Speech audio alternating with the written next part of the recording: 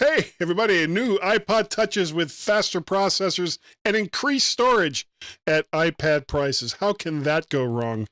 Google CEO Pichai says privacy should not be a luxury good, and some Apple contractors are looking past China for new assembly points. All of that and more tonight on the Mac to the Future Go Livecast. Yeah, I got it right this time. Yay!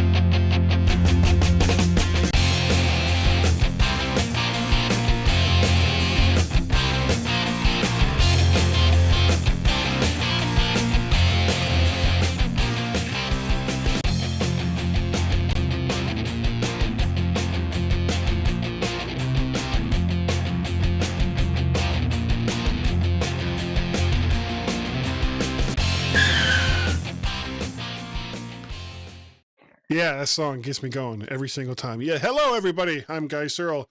I am one of your hosts for the Mac to the Future Go livecast tonight. David will not be on with us this evening as he chose to go to dinner with Barry rather than do this show with Barry then do this show. I can't believe it. It blows my mind. You know what I'm talking about there, Warren? Look at those glasses. I'll explain the glasses later. Barry Falk. Yeah.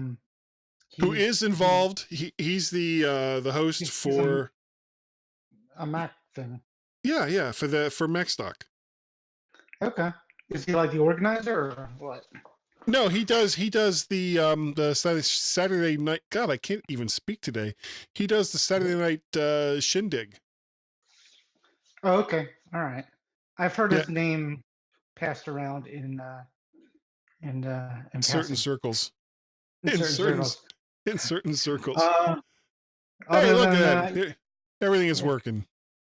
Something's wrong. Something's got to go wrong here. Things are good. We're having weather here. Weather. You sure it's not climate change? It could be, but we've had like 3 tornado warnings. I drove through some kind of monsoon to pick up my son. Yeah, it's pretty crappy out.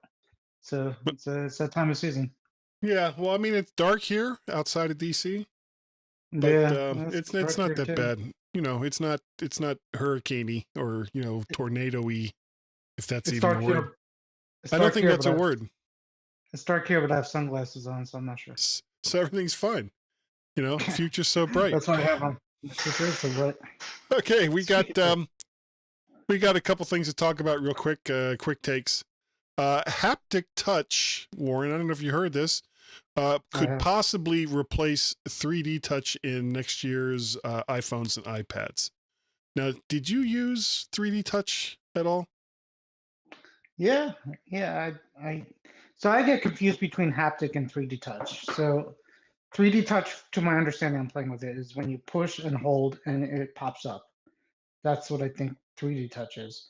Whereas Haptic Touch, I think you just highlight it and it makes feels like the vibration. Sure. Yeah, so we both know. Yeah, 3D Touch. There's so much of what they talk about every single year at WWDC, which we will probably hit on.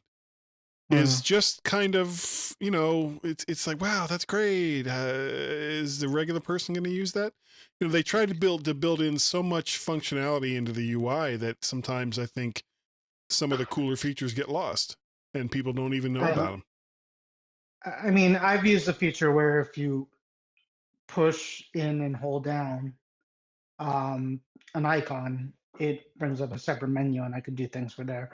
Here and there, and I think that's what 3D Touch is, or it used to be called Force.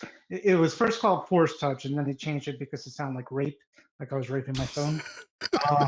And then they changed it to 3D Touch, and then the 10, and then the cheaper phones came out, like the 10R.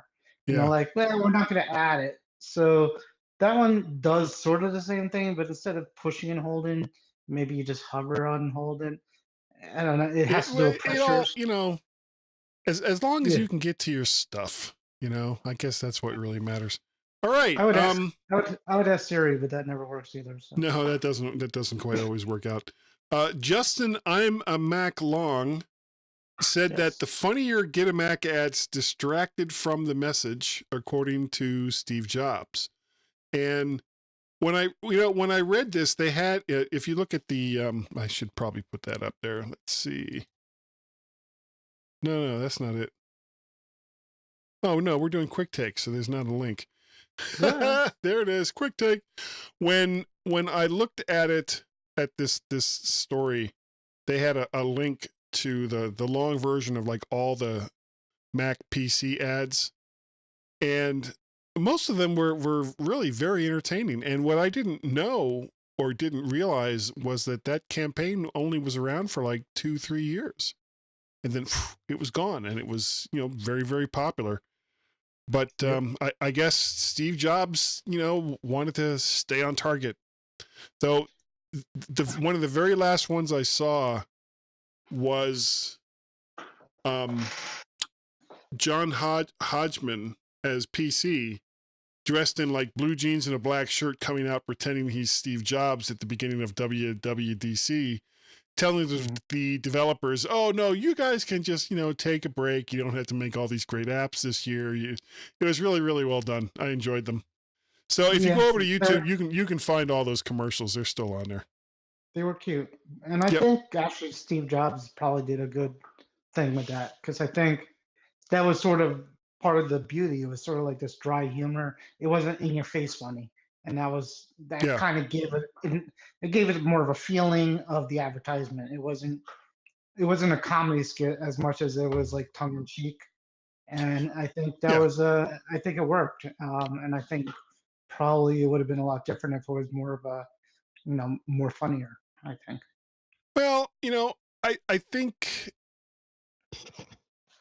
what Apple because this wasn't long after the switch to Intel, and I think that Apple needed an advertising strategy like this that yeah, okay, it was kind of giving you the message of what was going on, but at the same time wasn't so bogged down in feature details that the average person that wasn't already on a Mac wouldn't sit there and go, I have no idea what they're talking about. They kept it simple, kept it fun. All right. I still have so much trouble. Huawei? Huawei? Wawa has a hoagie. Not Wawa, that's the place for the hoagies. Well, he apparently, the CEO for that company, claims that Apple is his teacher and would protest if China banned Apple. What do you think? I think he's trying to get on Apple's good side. I don't know why. I don't know why either. I think he's trying to make buddies with Apple, say, Apple, it's okay. It's all right to let our equipment in filled with spy stuff, and it's fine. Oh, they don't want that's not why he's doing it. He's doing it because because he's saying we're not bad people. We like Apple stuff. And we believe that Apple does everything right. So you like us now, and you're not going to ban us from the United States. Well, we'll see about that. Okay. First major story for the evening. Google and privacy. Yeah, I went there. This was a story in gadgets.ndtv.com. Google's CEO Sundar Pichai, in a thinly veiled dig at Apple, says that privacy should not be a luxury good, and then explains how Google protects your privacy, all without his pants catching on fire. He spoke of how just last week, Apple announced significant new privacy features with one-click access to all of their major products, without going into too much detail about what those products were, or how accessing Google's defined privacy features makes your data more secure. Apple's Craig Federighi responded by saying Google's data privacy policies don't change overnight, and neither do company cultures and values. So, have you looked at this one touch dealy into Google services to look at your privacy settings? I haven't. I know they have it. Um, Yeah. yeah, I haven't played with it, but they all have it now. Facebook has it. Apple even has it. Google has it. So basically, it's a website you could go to that kind of consolidates all your security settings and makes it easier for you. So, In but theory. in theory, Yeah. yeah, I mean, nobody's going to do it. Very few people are going to do it. Actually, there was just strangely enough, there's a news story on tonight about Amazon Alexa's. Um, they found out if you say, was it if you say Alexa, erase everything that I said today, it will erase everything that you told it today. So, In the point theory. is, in theory, the point is, privacy is a hot topic, and every company that's out there that's not Apple that has a bad reputation in privacy is trying to turn the table or turn the tide and say we're not evil. Or at least advertise themselves in that way. Yeah, and that's all. I mean, and to be fair, that's Apple does the same thing. They advertise themselves in that way. And I've said this before, and I don't mean it, but we trust Apple because we trust Apple, and they say that our data is private, and we trust that. Do we know for sure? I mean, Probably Facebook not. is right. Facebook says it too. We trust them less because they have a bad history. So, I mean, we're trusting these huge, companies with our data no matter what we're doing. And yes, Apple sells it, but for all we know, they're selling our secrets to the government or Russians. We don't know. I don't really think they are. So don't send me hate mail, but you know, Well, without, how could they? They can't send you hate mail. They have no idea where you are. that's why I don't tell anybody. That's exactly why I They don't tell. have to do it through Facebook. You could email me at MacParrot at something. Yeah, yeah, that'll MacParrot at work. mymac.com. Yeah, Mac no, that won't work either. You could email me at macshark@vert.parrot. Yeah, you're real close. Close. All right. Very, very close. All So right. what's your take on that privacy? My take is that none of these companies, including Apple, started talking about privacy until they did. Uh, you had, it shouldn't have taken something like all of the not break-ins, but all of the data being lost by all these private companies and Facebook and Google and all the rest of them. Once their practices kind of got out there, it shouldn't take someone in marketing to tell you that people's privacy is important. It just shouldn't. But apparently, until Apple said, "Oh yeah, your privacy is important to us," then nobody else was saying anything. The same thing happened when Apple started kind of putting uh, their contractors that were creating their products over in China put their feet to the fire over some of their practices when people were jumping off buildings and committing suicide and all the rest of that. Nobody Right. cared. Nobody cared what was happening to these people until Apple went over and started looking at the practices and saying, no. This is our standards of conduct for our Right. contractors, and we want you to abide by this. And then all of a sudden, everybody else is like, "Oh yeah, me too." So I don't Right. know. I just get, you know, these are things that should be common sense to these companies, and apparently it's not until somebody forces it on them, and But there's that's just not right. there's so many facets of all these products and all these companies that I think it's almost impossible. It's almost Marcus's comment with your email address. Yeah. Um, yeah, it's almost impossible for a company to know exactly what people are going to leech them to not like. So that's a lot of times they have to play catch up and put out fires with that. Yes, I mean slave labor in China and privacy should be on the top of the list. Should be. But there's, they can't they can't they can't guess everything that might piss somebody off. Hell, this keyboard thing with Apple is they're they're probably like, what the f? It's a keyboard. Stop. Shut up. We don't care anymore. Just use it. Type. Well, yeah, but if Yeah. it breaks and you can't use it, and the company that created it is dragging their feet on fixing it, But then I think it's not as big as a problem as it appears, and snowballed, and people are getting on the bandwagon, and everybody wants to see a company. well, this is No. like when Yeah.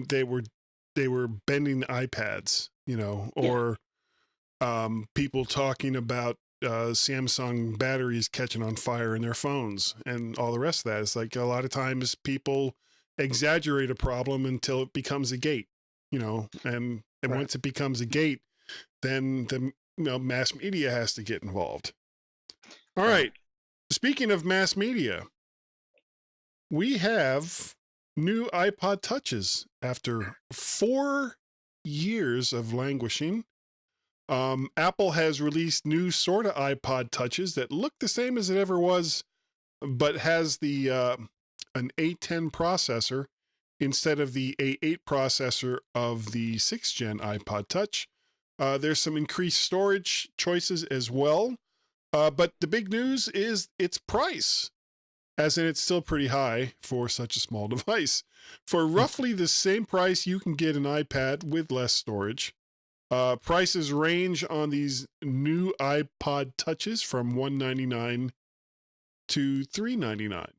Camera, as far as I know, is exactly the same. So the big changes are new processor and more storage choices. And that's pretty much it. So why do you think that they've, after 4 years and with all the other iPods now kaput, that they've gone back to this? One word. Do you know what it is? Tell me. Can you guess? Services. They want, and I said this before, they want to put out as many devices out there that could get access to their content and for people to sign up. And with arcade and Apple TV and music, those are, we got to tap that preteen market, man. We got to get them. Mom won't let me have a phone. Mom won't let me, have a real phone. Can I get that? It doesn't have a phone? Sure, take the phone. $199. Nobody's gonna buy more than the base model because it's stupid. And the kids are gonna get the base 32 gig model, and they're gonna hopefully get the arcade on it. That's the only reason it's there. There's literally no other reason except for maybe a guy's daily drive. But which I haven't done in so long. Is that even a thing anymore? I was Is it going to still ask a you thing? if you can get the new iPod for your daily drive. But I don't know. I have because I have a 6th gen. That's what I actually record with, and it's fine. The biggest problem I had with it was it kept trying to put all of my pictures on the device, which left me like no room for recording video. So I'd be recording a video, and there's a couple of them on there that's like all of a sudden halfway through it was like no more storage. So I just stopped. It just killed me. I heard they do have a 256 gigabyte model just for you. They do. But $399, and that could be yours. Honestly, here's the thing: if I tell a device that I own that I don't want it to sign up, I don't want it on iCloud. I don't want all of my pictures on it. I don't want to have podcasts synced to it. I don't want to have anything synced to it. It's the only thing I'm using this thing for is to record audio and video, and that's all it's supposed to be for. You could do that easily. Well, it's giving me troubles. Well, then you're not doing something right, because there's check marks next to all those things you mentioned. And if you turn the check iCloud photos off or photos off, done it. And podcasts, well, then it's broke. It Yeah, was it could broke be. because Well, because it was the a refurb. So I don't yeah. know. Anyways, the new iPod's gonna run the later software, the latest software, which I Yeah. don't think Well, they're gonna do. it's basically it's like a what was it? Was it the iPhone 7 that had the A10 or was that the 6? It was the 8, The 8 has so the A10? I think so. It's like a 2 or 3 No, year I old think that was the processor. 7. I think that was the 7 that had Maybe. it because the iPhone 8 I believe had the A11. I've got one. Do I have it here? I actually have because I have an iPhone 8, and maybe somebody in the chat will tell us before I figure it out. La la Um, la. I could look real fast. A10 processor, A10 processor, iPhone 7. 7. Okay, so I was right. Yeah, so it's a small processor. So there you go. Yeah, but that'll Uh, still run iOS 13. um, the new one will, yeah. I Yeah, don't know about, yeah. Oh yeah, that's why they did it. So yeah, that's why, yeah, because that's the what I put 6, up. I think the 6 and the 6 Plus get cut off at this juncture I think so. So I mean, the for new the new iPod. iOS. So this thing doesn't have Touch ID or Face ID, which I find No, really it's got strange Touch for ID. Apple. Touch ID. No, it does not. Nope. Nope. Oh, I'm sorry. No, I'm sorry. You're right. You're right. It's got the home button. Yes. So Right. it's no Touch ID, no Face ID. So that's, I mean, I get it for cost, And but that's plus, for something like an iPod Touch, why would you? I guess. I don't know. because it's going to be for kids, and kids are going to log in under a family account with their parents' possible info in there. No, Maybe maybe. for a company that's been Hey, on Dave. security. Dave's in the house Yeah. with So dollar hot dogs. He's at the game. dollar hot dog, dollar. Dave, if you're listening, you have to take me to one of those good Chicago pizza places when I'm there at Macstock, if we can get in. Anyway, um, we have one last Dollar. story. iPhones and components. Contractors are looking to build these in places other than China. This is a story from Reuters. In what shouldn't be a surprise to anyone, many of Apple's component and assembly contractors are starting to look in areas other than China for many of their products. Given the current climate, this is not a big surprise, and Apple had already announced that they were going to start building iPhones in India to get their foot in that market, which India pretty much insisted on before they would allow them to bring in iPhones en masse. So with all the tariff talk and everything else, and it becoming more expensive to manufacture devices in China, or not so much more expensive to manufacture them there, but more expensive to get them here. Does it really surprise you that they're looking to move some of their manufacturing around? No, I think we both actually talked about it not too long ago. We said that it was kind of crazy that a lot of their stuff is not somewhere else because they're, I think we both, or we all said something about putting your eggs in one One basket at the time. basket. Yeah. Yeah. So, I mean, to me, it just sounds like smart business to spread it out because, with politics, especially politics, it seems like it is a very bad idea to rely on one country to produce things for you or to affect your business. As a Yeah. single company. Yeah, as a single company. I mean, if you're a global company, if you're not a global company, if you're a Chinese company or just an American company, then maybe it's a little different and you have to do what you gotta do. But for a global company, you definitely want to have options, especially if things go bad in China. It can't, not just political, but natural disasters. I mean, whatever. It's not. It's it's surprising they haven't done it. I thought that Tim Cook wanted to do this when he first started. He wanted to put some things in the United States too, didn't he? Well, they talked about, I mean, and they do have a small plant for assembling the current version of the Mac Pro. But the problem is when you're talking about a device as small as an iPhone and you need to make millions of them quickly, there's not that many places you can go that's going to have a mega factory where you can throw 400,000 to 500,000 people at it to, you know, to build up stock before you release a product. And this is where places like India and China have it all over, you know, currently the rest of the world. They have, you know, huge populations and they can just, you know, throw tons of people at an issue until it goes away. All right. Yeah. No, I mean, and you know, we said this before, but it comes down to parts and cheap labor too. So, you know, unfortunately, companies like to go where the parts are plentiful and the labor is cheaper. Full. Yeah. Cheaper full. Good word. That's a good Tried word. to make it sound like nicely, that. but yeah, cheaper full. It's cheaper full. That's CHEAPER FUL. Cheaper full. All right. If you yeah, anything that you guys have to say in regards to the content or the stories that we brought tonight, we would love to hear from you. You can reach me.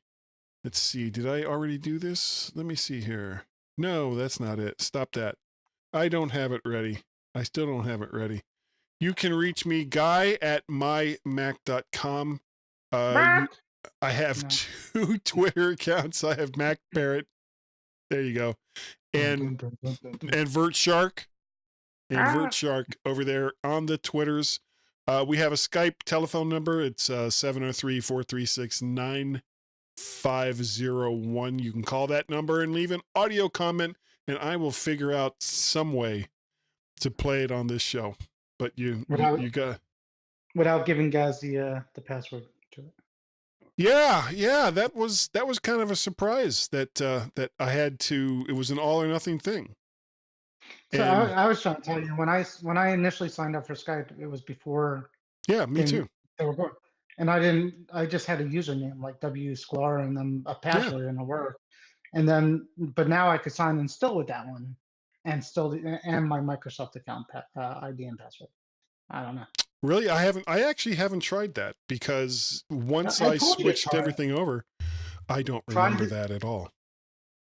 Try with just a username you would have used and a password. From what it used to be. Okay, I will try that. Not right now, but no, try soon. it right now. I'm waiting. I'm listening. Okay, well, I'm not going to do that. If people wanted to contact you via Twitter or through email or through a Skype telephone number, Warren, how would they do that? Whatever Skype number you just gave, then they can do that. Yeah, just use those.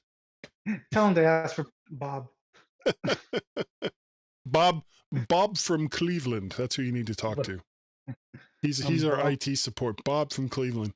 All right. Well, I guess it's kind of a shorter show tonight. So we have in about 2 months we have Macstock coming up. Well, hold on. Okay, wait. Come on. What? Because this is the last time we're talking before Monday. So what's our plans for Monday?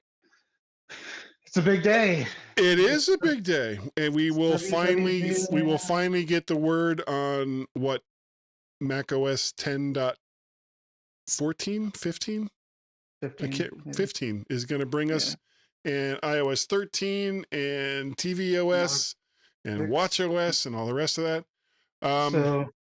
So come to the Facebook page, come to the Mac to the Future page.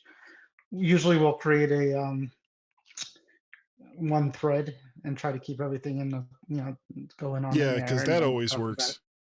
Oh yeah, that always works. Always great. We have the one thread, and then we have a few threads around the time of the keynote, and then of course there's somebody that comes over 12 hours later. It's like, wow, did you hear macOS? Yeah, They did these things, man. It was great. I'm like sorry, it. man. I just came home from a long day of work, and I didn't think you guys heard. Like, no, Yeah, we're because we nerds. don't follow it. This is We what don't we follow live for. it. Frank, So, I don't know if originally I thought maybe they would mention the Mac Pro, but the fact that they just released that relatively, not that long ago, released the new iMac and just released last week brand new MacBook Pros. I don't know if they're going to mention Mac hardware at all. I was kind of hoping that this would be the year finally that they would start talking about a transition to ARM, but I don't think they're going to do it. That is certainly not this year. But I would not be shocked if at the end they just show a little preview of a Mac Pro. Maybe not ready yet, but just a little kind of a one more thing without saying one more thing, because they don't do that anymore. Yeah, they don't do that, but just oh, by the way, you've heard we've been working on something, and then it's like kind of be like Johnny Ive narrating something about black lines or something, space gray lines. Yeah, it flowed.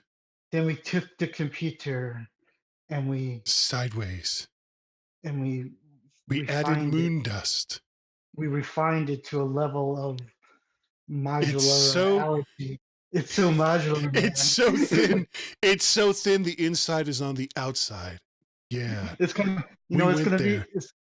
It's gonna be like a 6-slice toaster kind of looking thing. And when you want to add parts to it, you just put like bread kind of things in there. Just they're more RAM. It's gonna be a toaster. The Mac. Yeah, everything will be through Thunderbolt. Yes. That's what's happened. Thunderbolt and USB-C. All right, MacStock Conference and Expo for 2019 is going to be on March 27th and 28th. Sorry, July 27th and 28th. Wow, that already happened. And it is going to be so much fun. This is the 5th year for it. Tim from TechFan, of course, MyMac.com, and I are going to be doing the MyMac Game Show quiz, which will be sponsored by Otherworld Computing. All the prizes are going to come from Otherworld Computing, so there's going to be some great stuff. That's going to happen. You've got all of the great speakers. You've got the game show night on Saturday. If you were looking for what it felt like to go to the Macworld Expo without all of the iPhone cases, this is what MacStock is going to give you. It's just outside. Sorry? And drugs. And drugs. Yeah. And there'll be no needles on the street in Woodstock, Illinois. But it's just outside of Chicago, like an hour away. It's so easy to get to. There's all kinds of great stuff that's going to be happening. If you can swing it, you should go. And it's $249 for a conference like this is silly cheap. That is like ridiculously inexpensive. And if you use the code MyMacGuy, all one word, MyMacGuy, you get another $70 off, making your total cost for the conference $179. Silly price. So check it out. I guess that's going to do it for this evening. Thank you all so very, very much for joining us right here on the Mac to the Future Go livecast. Warren, as always, thank you so very much for being here. Love the glasses, dude. Did you talk about those glasses? No, I'll stick around for the after show and I'll talk about them if you want. Okay. So if you guys want to know why he's wearing glasses, what the significance of the glass, I mean, other than the fact that he's like so cool, stick around for a little bit of the after show. And for everybody else, thanks for joining us this evening, and we'll see you next week. Bye.